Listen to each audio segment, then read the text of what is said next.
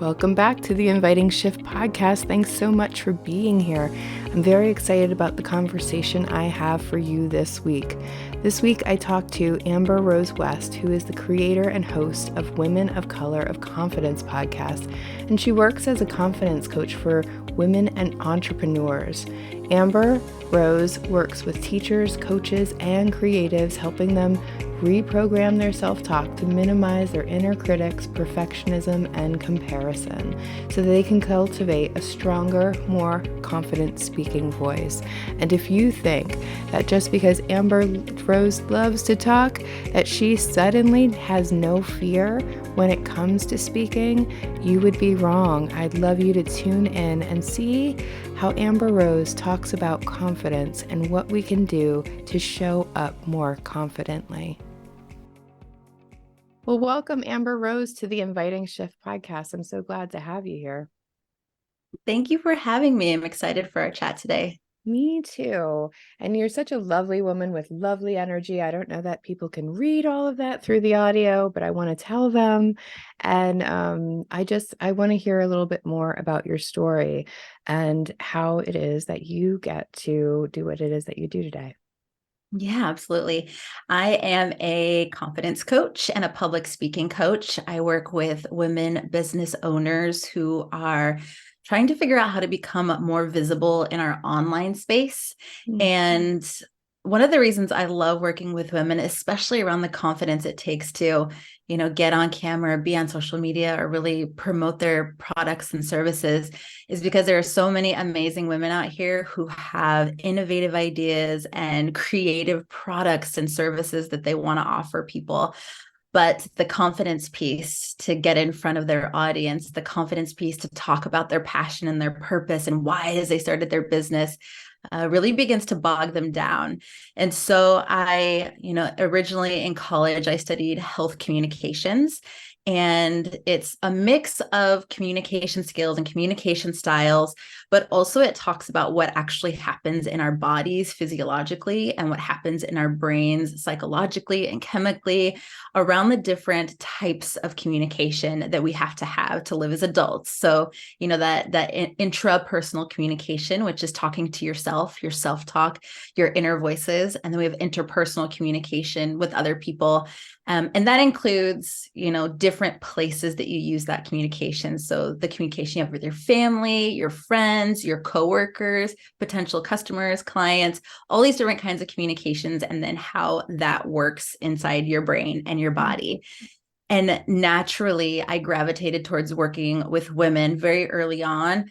And through the work that I was doing earlier in my career as a doula, and I was hosting women's circles, I fell into confidence coaching and public speaking because those two things are really a passion of mine. And so it's led me to my business now and my podcast. And it's just been such a pleasure to work with women who really have amazing businesses, amazing products and services, and to watch them go from feeling like, I know why I created this, but I'm afraid to share it.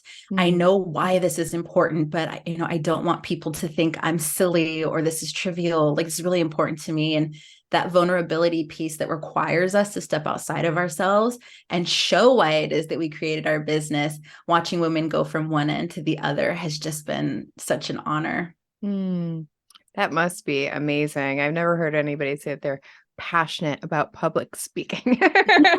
And that is awesome, because I think it's something that women, especially I work with mostly women, so I'll just stick with women.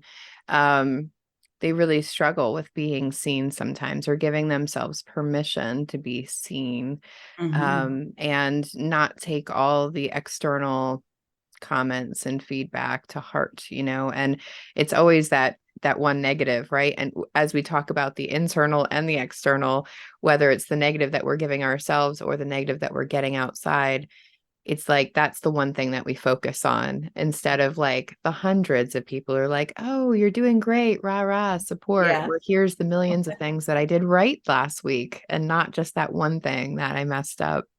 Yeah, it's very much our nature as humans, especially for those of us who have to be a little bit more visible and vulnerable with what it is that we're creating, to immediately go to the negative or the worst thing that could possibly happen, instead of thinking about all of the different steps in between, the best that could happen and the worst that could happen. Our mind immediately goes, well, this is the worst that can happen, so it's probably going to happen. And we do Right. disasterizing around all of that. But part of what I teach is how to start from the best that can happen and then everything in between. And how do we prepare ourselves as business owners and public speakers for everything in between and the best that can happen, not just focusing on this worst case scenario outcome. Yeah, having this big picture view of it rather than like a realistic view is what I tell my clients. Like, it's not about being positive Pollyanna that, tomorrow I'm going to decide I'm a singer today and tomorrow I'm going to get a Grammy. Like, that's not what this is about. But it's about seeing the whole picture. And, the part that we focus on is anything that will bring us fear. And that's just natural to us because that's how our brain works, is it's looking for anything that might be unsafe. But I think that sometimes we really confuse safety with discomfort, is a huge piece because, like, if it's going to be uncomfortable, all of a sudden we're like, oh, we can't do that. Right. And change is uncomfortable. I mean, growth is uncomfortable. I think, I don't know. I don't know about you because you're passionate about public speaking, but the first time you took a big stage, were you nervous? Just because you're Oh, passionate about it, did it mean that you had no fear? Oh no, every single time I do any type of public speaking, I still have nerves. I mean, even doing this interview, I had some nerves. I'm a little flushed in the face. I had to sit here and rub my hands a few times and just kind of settle into my chair and know that, the conversation would be good. But there's all of these things that come in whenever you public speak, and whether you're in person or you're using your camera and you're doing something like live streaming or, podcasting, YouTube channels, all of that, you're in front of people, and one of the things I think that we think about it, but I don't think that we know we're thinking about it, is that people are going to see it, right? We think a lot about the fact that someone else is going to see this, and that's always going to impact us somehow. I still get very nervous, even just behind my computer. It's one of the reasons why I have these beautiful plants in my recording space, because I know that I'm going to have some sort of nerves, a little bit of tummy, a little bit of sweaty palms when I come to do any type of interview, whether I'm interviewing someone else or someone else is interviewing me or I'm going live. And I know when I walk into this space, these beautiful green plants are here, and I focus on their green and their leaves and how much they've grown. And I take a moment to be with them, which calms me down a little bit. And then, as I'm looking at myself on the video screen, my plants are with me, a little bit of a calming thing, right? And so the fear, I don't believe, ever goes away for anyone. The nerves don't go away for anyone, but we learn the different ways for us as individuals that we can manage those nerves and still continue doing the hard thing. Right, exactly. So it's about not letting the fear of something stop us. We can ask that question, is this unsafe or uncomfortable? Well, interviews are just uncomfortable sometimes, because you don't know what's going to come up. You don't know how you're going to necessarily respond to everything. Because just in case you listeners are wondering, we don't actually pre-plan everything that we're going to talk about. We just kind of let the conversation flow because I think that we end up picking up the pieces that are most important to the people that we serve. And so you still get nervous. So we can learn to be, and I don't know, how do you deal with your nervousness? I heard one step is that you have these green in your studio. So something that we can take with us that might, and if you're going somewhere, I know for me, I often have a bead or a stone or something in my pocket that means something to me. It's my safety security touchstone. So I'll often keep something like that around so that I have something to touch. We just heard Amber talk about how she touches, her hands, but I touch like little rocks and stuff. And it's just a way for me, at least, to get grounded and be like, okay, this is going to be okay. Right. And calming almost that like little inner girl in me down, like, this is going to be okay. We are going to be seen. And this is going to be actually good. We want to do this. Yeah. And I love that other point that we made earlier. Second tip that I'm pulling up is, seeing that all the whole thing. Right. Yeah. So you don't just look at, oh, what if I trip on the stage? What if I fall on my face? What if somebody doesn't like what I'm saying? Yeah. Those things might come up, right? I mean, of course, they're always going on in the back of our mind, but we can also look at, what if I really touch somebody with my message? What if Mhm. somebody is really impacted by what I have to say? Isn't that what we're doing it for in the first place, most of us? And not everybody does public speaking. So if you're listening to this and you're like, I don't do public speaking, I'm about to turn this off. This is how we manage fears in any part of our life, right? Is Mhm. that we can see this big picture and take something, a touchstone or something grounding with you. Awesome Mhm. tips so far. Yeah. I believe that the inner critics play a big role in the emotions that we're feeling when we're put in positions that we're not normally in. So Mm-hmm. I love how you said, being a public speaker may not be something that you want to do, but all of us public speak throughout the day. We go into Mm-hmm. situations we're not necessarily sure what's going to be there, who's going to be there, what's going to be said. And that can be something as simple as walking into the grocery store, and you Sure. have to talk to certain people there. You don't know where something is. You're being checked out and they're trying to make conversation, or, somebody's lost and they're asking you for directions. That's also a part of public speaking. Mm. And some of those things can be fearful for us or nerve inducing for us. And I like to say for moments where you don't have the thing that grounds you, what you always have with you is your mind and your self-talk. Mm. And yes, that may include inner critics, but one of the most pivotal ways to quiet your inner critic is to learn what it's saying and why it's saying it, and then using mantras to go back to your inner critic and say, thank you for making me nervous, because you thought for a second I needed to be nervous because of whatever's happening, but I can see now it's not something I need to be nervous about. I'm going to go ahead and talk myself down from here, and I don't need to be this nervous about this thing, right? And whatever kinds of words spark that de-escalation inside of you are the ones that you should use for your mantras. For me, I I very much talk to my inner critics. I go, "Hey, I see you're trying to make me safe, but wait, I don't need you right now. I'll see you later Yeah, next I time." love that because I do this with my clients is I have them do like a little visualization and I Mhm. imagine that our inner critic is like our loving auntie, right? Mhm. And she's in this little cottage and she's screaming from her cottage door, you're going to screw this up. You're going to mess up. What if this happens? What if that happens? So I go visit her. I put her in her little rocking chair. I cover her up with a blanket, give her a cup of tea. And I'm like, great. Whatever you're going to say, you can say once. Like, Yeah. that's it. You can say it once. Let me hear it all. And then after she's done, she falls asleep. And when I leave the cottage, I can choose what is true and what isn't. Because Mhm. there are some safety concerns sometimes, or even discomfort concerns, right? That we can actually address Mhm. or just be aware of, right? Like it Mhm. is true. I could trip on the stage, but what am I going to do if that happens? Well, it's not unsafe. It's just going to embarrass me, right? So Yeah. that's not a true safety concern. So I can leave with just what I think is really true. And I can leave the rest of that there because I think she's just trying to love on me. She would wrap me up in bubble wrap if she could just to keep me really safe or put me in a rubber room. And that's how I try to look at her because anytime I've ever looked at her as an enemy, she just gets louder and Yeah. louder and louder. And it's like, whoo, then I really can go a little nuts in my brain. Yeah. Yeah. And those conversations we have with ourselves, they're really good to have before you get to that situation Mm. that, triggers them on. Sure. I like to do a lot of journaling and reflection because it helps me sit down with something that has happened and, acknowledging and being honest with myself to say the way that I reacted in that situation was not how I wanted to react. And I do my best not to dwell on it. That Hmm. happened, it's over. But if it happens again or something similar happens, what is it that I want to do instead? Or how do I want to think or feel instead?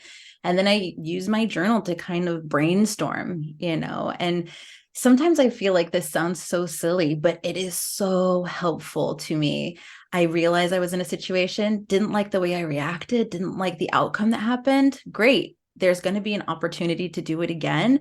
And you can do it exactly the same way, or you can choose a new route that supports Right. you, that motivates you, that makes you feel good and confident.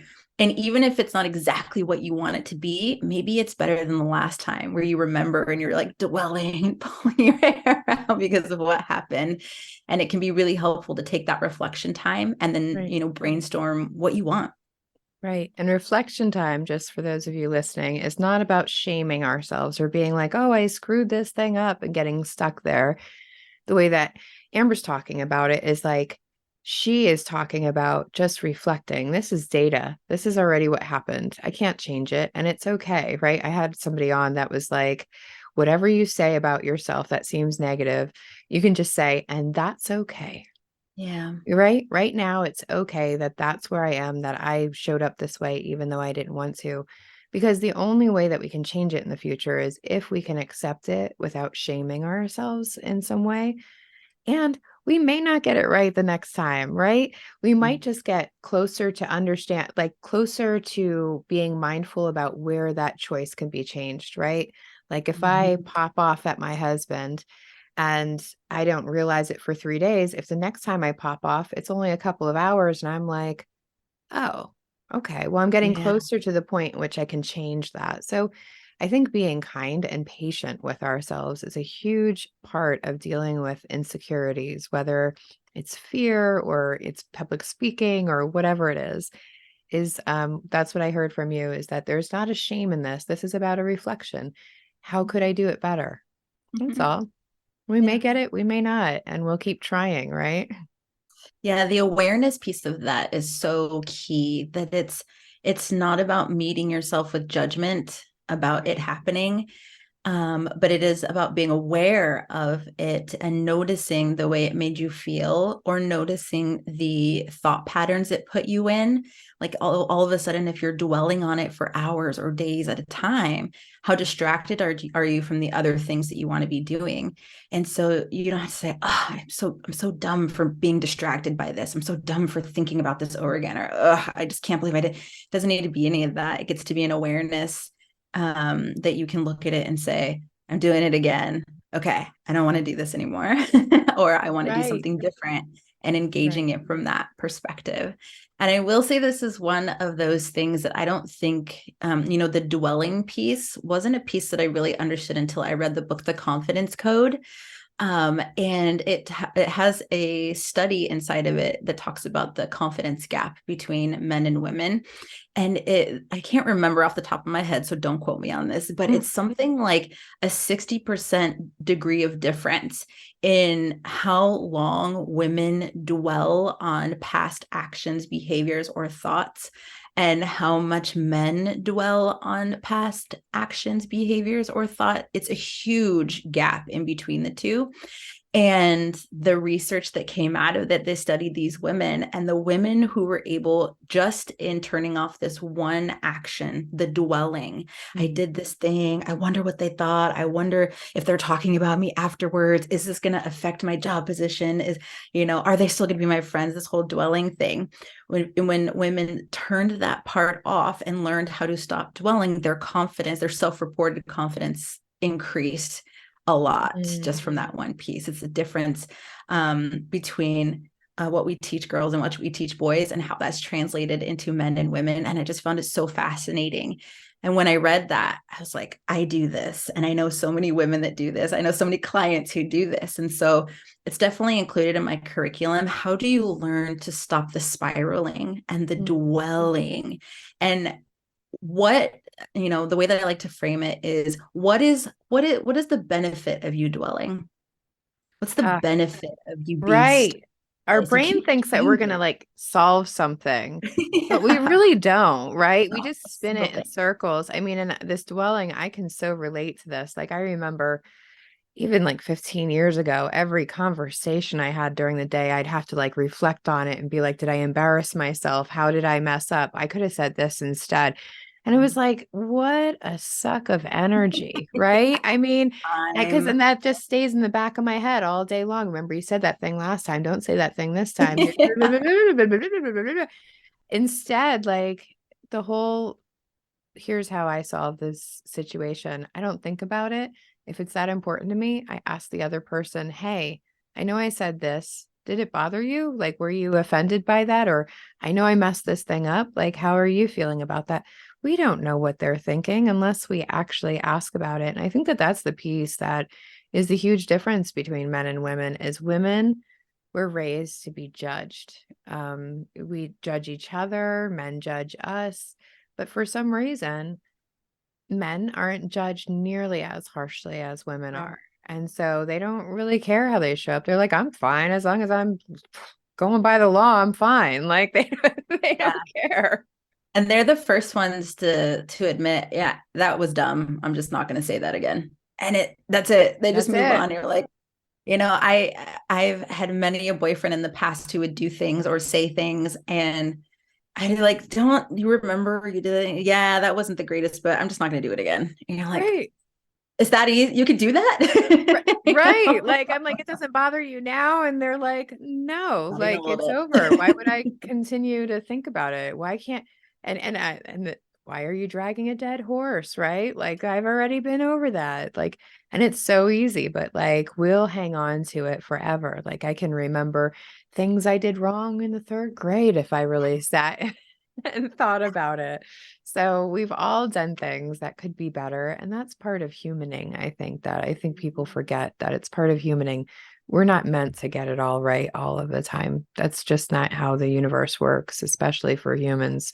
Mhm. We have to be able to get to this point where we can stop dwelling because like you said, this is what is keeping us in shame and guilt Mhm. is like we're constantly sucked into this negative vortex of like negative self-talk and all this other stuff instead of just looking at it as data. Because if it's data, it's something I can change. Like, okay, well, I said this thing. Huh, not going to say that Mhm. again. Yeah. Like, And I think that it can be a practice for those of us who are, living with empathy and those of us who are practicing our awareness and, doing reflections and doing the work.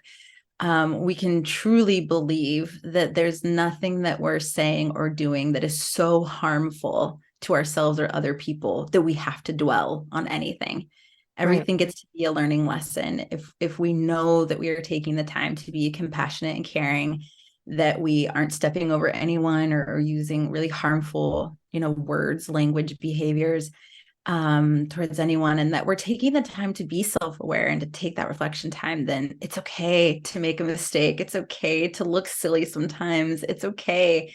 But just making sure we're not carrying it around for days, weeks, months, years with us, because by doing that, we are impeding our ability to continue growing and learning in other aspects of our lives, which can be really important to us as we grow. And especially being confident, right? Like if we talk about Mhm. confidence, I don't know, it was almost impossible for me to feel confident if all I was doing was dwelling on all the things that I could have done better. I mean, it just took away from me because then anything else that goes wrong, I'm blaming it on myself.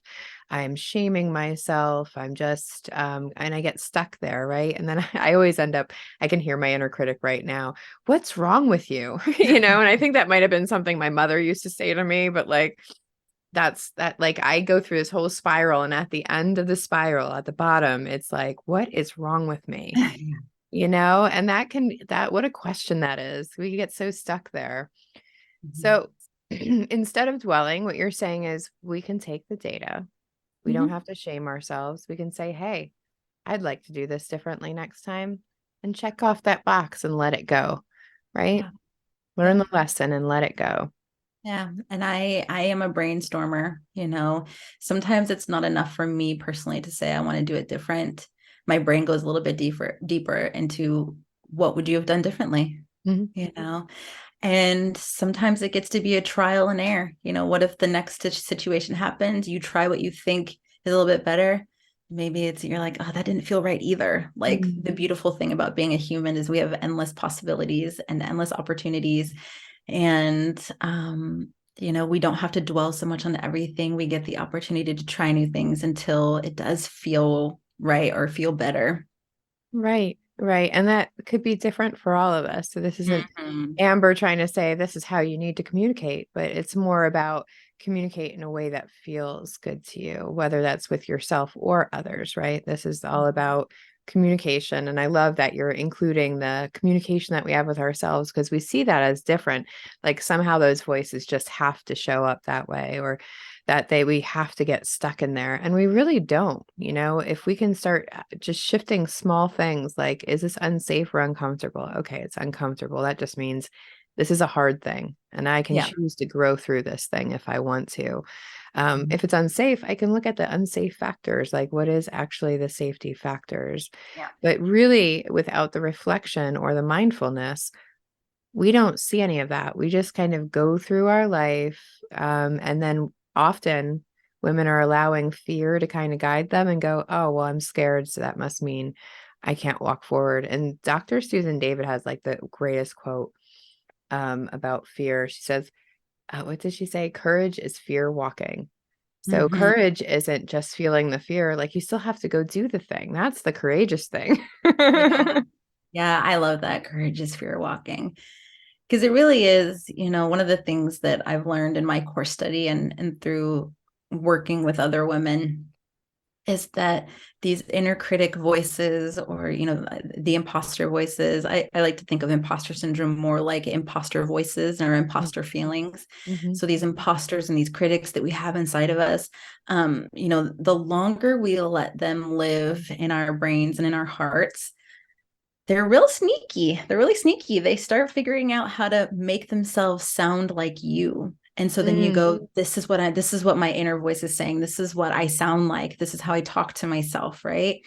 And part of my program is deprogramming that hardware, or the software that's in there, to be able to say, hey, I know that these are the thoughts that are going in there right now, and they got their mask on, their little voice modulator, they I know. sound a lot like me, but I know that they're not me, because I would never talk to myself like this. I wouldn't talk to my kids like this. I wouldn't talk to my friends like this. That's how I know that it is not my voice. And so then you have the opportunity to break those voices apart, and we work through breaking them apart. And then once they're all apart and you know who's saying what and why and when, and then you can kind of, say, that's something that I used to say to myself, and that is over. That character, that critic, that imposter is over there. And now what is it that I want to say to myself? How is it that I want to self-reflect? How do I want my true, authentic, interpersonal voice to engage with me as a person while I'm out here doing hard things every day? And that really becomes a powerful place of building self-confidence and, self-respect and authenticity all together, when you know what your true voice sounds like, and you can separate it from the critics and the imposters that are in there. Yeah. And the imposter, it's about, I mean, for me, the way that I describe it always is like we're stepping into new shoes. They're always going to feel uncomfortable, or we're putting a new hat on that we never had before. If I'm stepping into a leadership position, I'm going to feel like an imposter. I'm going to hear those inner critic voices because I'm challenging myself. And my clients run into this. Even like I've had clients for a year or two, and they're like, I thought I ditch this voice. I thought I was confident now, and now all of a sudden I'm questioning myself. Yeah. Yes, every time we grow to a new stage and put new shoes or a new hat on, these voices are gonna come back every time. I think what's really beautiful though about them is that if we manage them enough times, it becomes easier. We're like, Yeah. oh, right, I know that voice. I I'm not remember that listening one. to that. Yeah, I've heard that one before. That one's not very helpful. I'm just not listening today, right? And so that we can just it gets easier to shut them down rather than just continuing on with that spiral, right? We can catch it much earlier, and the spiral is what I have learned. As soon as I start saying it now, I'm like, "Ooh, what's going on for you, Mhm. Christina?" This is feeling like old familiar and not in a good way. I talk to myself all the time, and I check myself constantly, because I'm by profession a public speaker, and I talk to people all the time, and I am very visible, very vulnerable a lot of the time. And every once in a while, I'll just hear like, that was, why did you do that? Nobody likes that. And I'm like, why would I say that to myself? Amber Right. Rose, that was very mean to say to yourself. Why would you say that? Oh, I And like that. yeah, I Like you're talking to literally, your inner child. That wasn't very that nice. wasn't very nice. And hey, like, we are nice to each other, nice to ourselves around here, and we have respect for ourselves around here. And It does sound kind of childish, but when I get into those moments, I'm like, three nice things about yourself, or three nice things about your video, or three nice things about, the effort you put in, because it really is the action of deprogramming yourself, getting out of that spiral. It's very easy. One of the things I hear from my clients a lot about, negative self-talk, or judgmental, shameful self-talk, is they say, well, nobody hears it. It's just, I'm just talking to myself. Oh, And I'm you like, hear it. yeah. And I'm like, yeah, but you hear it, and you're an important person in your life, and you deserve respect. And that includes from you, my friend. Like, you have to make sure that you're respecting yourself, because even if those things do not come out of your mouth, the words that are in your head will vibrate through your body, your skin, the different things you say, and how you act with yourself. That still comes out, even if you're locking the words up in your brain. And if you treat yourself like that in your head, it still leaves the energetic door open for other people to disrespect you in real life, right? So, first and foremost, it doesn't matter that you're the only person that heard it. I like to play this little game with myself that's called, what would I do if someone else was in the room? So it's like, if I say it in my head and it makes me feel a certain kind of way, I think, what would I do if my best friend was standing in the room right now? Would I tell myself that I look fat and ugly in this dress? No, because my best friend would whip her head around and say, why did you say that about yourself? We don't talk to ourselves like that around here. And I would have that moment of, you're right, we don't talk to ourselves, right? If I had somebody that was in the room with me that I knew loved me, and they heard me talking to myself the way that I'm talking in my head, would they, intercept? Would they help me step in? And then you learn how to be that for yourself. You learn what it is that you're saying to yourself, and whether or not it's something that, like, one of your best friends or your mentors or teachers would appreciate you saying to you. And then you reverse it. What is it that they would say, and how can I say it to myself? Hmm. This podcast is supported by Christina Smith Coaching as a service to get you to have more confidence and self-love. One way we do that is by bringing what we learn into our bodies, by lighting up our senses. Some people call these types of exercises rituals. I think they're really alignments. Something we do each day to align with what we truly want, rather than getting stuck in the default of trying to outrun what we don't. I bet you could use a little self-love ritual today, and there's a short quiz or survey to pick the best one for you. You can go to the link in the description to take the free quiz to get the self-love alignment that is right for you right now. You'll also get a download of 5 self-love rituals so you can switch it up and try one each day. Our little thank you for tuning into our podcast and into your own heart. That's really a really beautiful way of looking at that. I had a thought, but I think it just fled my brain. Just what midlife is about, isn't it? Mm-hmm. Yeah. So I have one client. Oh, I know what I'm going to say. I have one client right now where she has such a negative self-talk tape going on in her head. So one of the things I have her doing now is going up to someone in her family every day and telling them one awesome thing she did that day. And she's been doing that, which has been helping. And now we've added on, because she's like, I've just gotten comfortable saying good things about myself. And I was like, great. Now you're going to go up to them, tell them your awesome thing that day, and then go, and I'm awesome, with your arms up. Like, I want you to start bringing it into your body, so that because like you said, it gets in our cells. It's the vibration we're putting off. It's the energy. It's the body language that other people can see. If somebody's shaming themselves in their head, they're not showing up like, hey, how you doing? I want to Right. connect, they're like a little bit shut down. Even if we think we're putting that mask on, there's still a different energy. And for me, it's like, it's the colored glasses that you're wearing, right? Yeah, If I'm talking negative about myself, I'm also going to see the world more negative. But if absolutely. I'm talking awesome to myself, I'm going to see more awesome in the world. So it's about the perspective that we're choosing to put on. Yeah. I love that's really great. I live alone, and I don't have family nearby. My house is just me and my kitten Fig. And one of the things I do all the time is when I do something good, I go, "Good job, Amber Rose. Good job, Amber Rose." And I say it when I just did it this morning when I put away the last of my laundry. "Good job, Amber Rose." And it's one of those things that I do it very regularly, but I don't notice it when I'm by myself. But when I'm like with friends, dinner party, or we're out at the beach and someone like puts up the umbrella, "Good job, Josh." And they're like, "Good job, Josh." And I'm like, "Good job." And I'm like, or I do it to myself in public. Like I'm doing something. I'm like, "Good job, Amber Rose." My friend is like, "Did you just tell yourself good job?" And I'm like, "Yeah, I Sure did. did. I sure did." And it's one of those things that, I used to be embarrassed by it. I've been doing it for like 8 years now. I used to be embarrassed by it, but then to see people's faces, they'll ask me, "Did you just say good job to yourself?" And I'm like, "Yep, I did." And they're like, "It's cool." It gives Nobody has them ever been permission like, now to go and say "Yeah, good job to themselves, right? They're yeah, like, yeah, well, Amber might look a little silly, but she looks happy about it, right?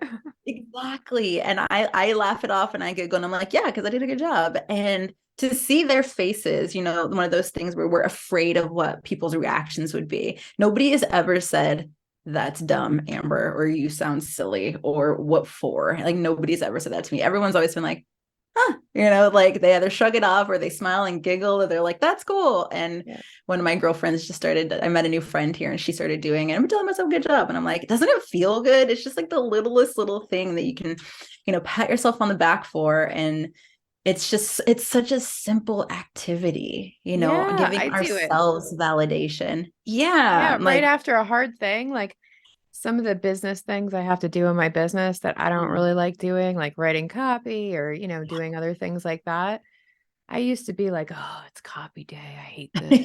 So Yeah, stupid." I have And that copy day energy and I came also out in do my copy day. copy, right? But now I pump myself up in the morning. I'm like, "You are the best copywriter. It's gonna be so good Yeah. today. We're getting so good at this." And then when I'm done, I'm like, "Great job, Christina. Great job. Pat yourself on the back. You're awesome. This is Yeah. you did it again, because it makes it a little bit more fun. And sometimes I talk about this with my clients and they're like, "That's so silly." I'm like, "Yeah, but as long as your brain is being silly, it's not being negative." Yeah. And you're like, people say it's so silly. And I'm like, "Silly to who?" And who It's only cares? silly if Be you say it's silly. silly. I'd rather be silly than self-deprecating. Right.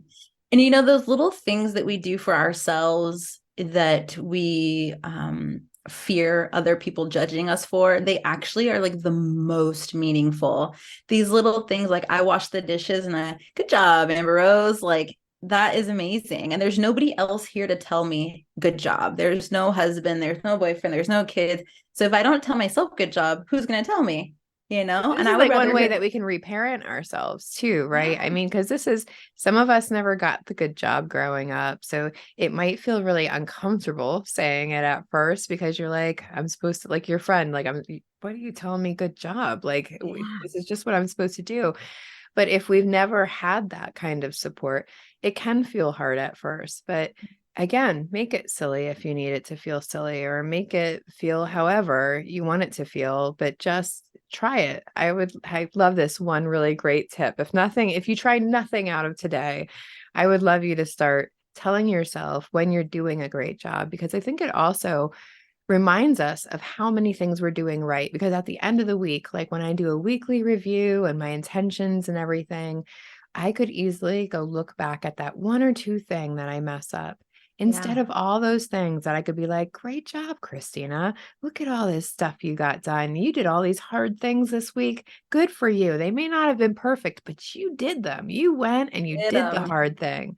And Yeah. that alone is like a huge piece, because competency is the first step to confidence. Like we have to get Mhm. competent at something. And so when we go to do those hard things, it's not going to feel natural. That's when we get that inner critic and that imposter syndrome. And we're going to instead just like, yeah, I might mess this up, because that's what confidence is really about. Like, I'm going to do this knowing that I can mess it up, but I'm going to be okay. Mhm.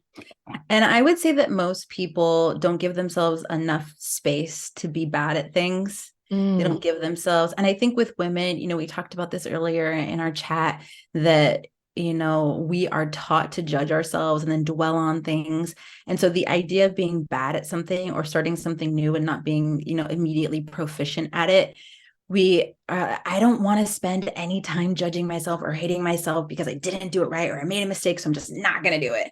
And you're like, okay, but there's like so many more amazing things in the world to try and do and not do. There's just so many great things. And so by you feeling like you already know you're going to judge yourself and feel shameful because you suck at something you've done one time that you've never done before, it just really limits your experience, right? And Sure. I know that you were telling me that your audience tends to be in transition from different stages of their lives. And, one of the things that I've noticed with my clients who are in that transition is that they don't want to explore because, they're at an age where they're thinking, I can't learn anything new, or this isn't going to make me feel good. And they're really focused more on like them not being able to do it or enjoy it rather than the possibility that they could love it or be Love really it. Yeah. or that even if it does take a couple tries to get into it or a couple tries to get good at it, that it's worth it to keep doing and keep trying it. But we get stuck in this, well, this is what I know, and I just am who I am. And like, I'm just going to keep doing all of this stuff, but you still feel a bit of unfulfillment. There's something that you're Sure. like, there's a little more I feel like I could engage or do or, anything, but we get so afraid of the shame and judgment we'll put on ourselves because other people, and this is a little pro tip, people care way more about themselves than they care about you. True And so story. we worry so much about what other people are going to think or say or all of this. And so we don't explore or learn new things or take the time to be bad at stuff because we're worried about other people. And it's like, if you can learn to release the judgment and shame that you would give to yourself, you could have a whole new world opened up to you. Yeah. And I always say, like, failure is part of mastery. Like, even if you're the most talented artist in the whole world, you failed on a few things. There was paintings that you made that you did not like, that you thought you wasted your time on and your tools and everything on. Like failure is just part of our mastery. It's just you can't get really masterful at something without failing sometimes, because that's where we learn. That's where we get our competency and our confidence, is by going, okay, I've done it enough times that if enough things go wrong, I now know how to handle them. Yeah. Like, I can Yeah. handle them. And so I feel confident about that. It doesn't mean that everything's going to turn out perfect. It just means that when the failure comes, it's just a bump in the road. I can just get over it and move on rather than dwelling on it for days or months or giving up painting altogether because I did one bad thing. And so if we could just remember that we can't get better. You didn't First time you went to tie your shoes, you didn't just tie them. Like, I mean, have you ever Pro seen a status. toddler? Right? I mean, have you ever seen a toddler try to tie their shoes? It's like a million times before they finally get it. Yeah. And they don't give up. And that's what I love about that childlike energy, is like, Mhm. it's about learning, right? It's not about necessarily mastering it the first time. And that's what the Developing part that should skill. be joyful. That developing of the skill is something that Yeah. they will not give up on. And it's so admirable out of our Mhm. children. I'm really reminded of one of my first business coaches. I was very fearful of starting my own business because I didn't want to fail. I didn't want to suck. I didn't want people saying that I was a bad coach or I didn't do a good job coaching, or I made a program that didn't work. And she said, at the end of the day, nothing is a failure. It can be a lesson into how to do it better. Mhm. And that's been 7 years, and I still think about it so often. Like, nothing is a failure. It gets to be a lesson. And it's really funny. I was giggling when you started this little part of the chat because I decided this year or last year to take up embroidery. Mm. And I've been wanting to create this very specific style of embroidery that I've had a really hard time finding examples for. Like, my art background is in painting, and I started doing henna about 8 years ago. So I do like the henna mandalas and, the temporary body art, and there are different styles of henna. But I wanted to do something that combined the style of henna and mandalas in like a 3D embroidery, but I couldn't find anyone that had already done something similar that I could like piggyback off of. So I made the first couple ones like 3 or 4 inches, and the first one I made, I was like, okay, but it's a little lopsided. And the next one I made after that, I was like, this is amazing. Okay, I'm gonna do this forever. The third one I made, and it was so bad. And I got so frustrated with it that I like ripped the canvas and the string out of it. And I was like, I'm never doing this again. And then, I had an idea that was sparked by my parents. And I was like, this would be a really cool gift to give them for the holidays and the new year. I've been thinking about them. My friend had been talking to me about art therapy and how you can create a piece of art while you're thinking about someone or missing someone and infuse some like good, loving feelings into it and send it off to them. So I decided to make these 2 embroideries for my parents, and these things came out so beautiful. I was like, showed them to my friends, and they were like, you did not make these. And I was like, I designed them and then I made them, and they're so cool. And they were like, you're going to keep them forever, right? And I was like, they're for my parents. They were like, you have to keep these. They're so cool. And I was like, see, this feels really good. But there was a journey into this new activity because I've never seen anybody do it the way that I wanted to do it. So I had to be innovative. And there was that, little hiccup. Totally cool. I love this. Yeah. And then that middle part where I was like, I'm never doing this again. This is so horrible. I can't believe I wasted my time. And from that came these 2 very beautiful pieces. My mom, she's like, I cried when I opened this up, and I was like, well, that's cool. And now I have a new skill with an innovative, creative new design that other artists aren't doing. And I can do this, as much as I want to. And it's very Very special. cool. Yeah, Yeah. but you wouldn't have gotten there without the failure. Like Nope. we have to get it wrong sometimes, folks, or else we're like an entitled child that believes that they should get a trophy at every competition, Yeah. and that's just not the truth of it. That's just not how it goes. And so starting to be okay with the fact that we're going to get it wrong. And I think that it drives back to the dwelling idea that if we give ourselves permission not to dwell on the mistakes or the things that didn't show up the way that we wanted them to, then we can push past it. It becomes easier because we're not making it all about our identity or who we are as a person or, judging ourselves so harshly. We Right. can just say, yeah, that one's not as good. We're gonna pitch that one in the fire and start over. And I've had to do that so much with painting because I didn't start painting until I was in my 30s or 40s because I had art teachers that gave me a lot of their opinions. And so I was scared to be like, I'm not an artist. Yeah. And there's lots of paintings where I'm like, they get pitched out on the back, out on the backyard sometimes is what happens. I pitch them. I'm like, Yeah. I pitch it. But then, it doesn't stop me from going back because I do enjoy the process. I do enjoy what happens. The product isn't, I don't think the product needs to be what it's about, right? It's you are building a skill. Process. Yeah. Yeah. And it's Yeah. part of your process. And you couldn't have gotten to that great gift if you didn't do the hours of stuff that maybe didn't feel so good or didn't turn out the way that you wanted it to. This is a lovely conversation. I know that we can go on forever and ever and ever, but we do have to come to an end at some point because somebody's going to have to go do something and they're not going to be able to finish this. Um, so I know that you have a gift for our guest. Can you tell us about that?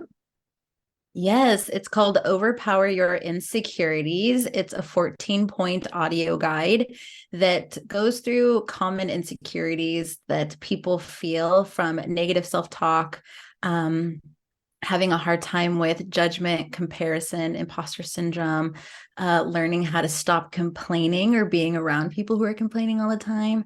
And then I end the 14 points. There's about 5 points at the end that are more about the goodness of building self-confidence, self-acceptance, self-respect, really understanding how it is our self-talk when we use it with a smile. Things like good job and those kinds of things can really help reprogram and rewire your thoughts, especially if they spend a lot of time beating you up. So I created it as an audio guide rather than a PDF or a video guide because I also have a podcast. And so I've found that a lot of people enjoy, putting the audio on, being able to do other things and not feeling like they have to stick their eyes to a screen or do homework around it. So it's really just meant to be helpful advice on how to overpower very common insecurities. And I created it because I feel like it's the very first step for people when they're wanting to work on their self-confidence in any way. It's really hard to build self-confidence in a place where your insecurities are running rampant. And so before we start building your house of self-confidence, we have to lay that foundation without the insecurities there. And so being able to understand, address, and manage your insecurities is the first step to creating more confidence in your life. So I hope that you all enjoy that guide and that it gives you some good clarity and cleansing with the insecurities you may be experiencing. Beautiful. Thank you for being here today. Such a lovely conversation. All of Amber Rose's information is below. If you are wanting to reach out to her, you can definitely do that in the description. I have all of her links. Thank you so much. Thank you, Christina. Always a pleasure. And thank you, podcast listeners, for tuning in. Hey, one more thing. When we are all more confident and full of self-love, we can act more intentionally and mindfully. What would a world like that look like? I want to know. One way that you can help me with this vision is to subscribe, rate, and review our podcast wherever you listen to it. It helps more than you know, and it's just a few clicks to help me create a more beautiful world. And as always, remember to be gentle with your humanness.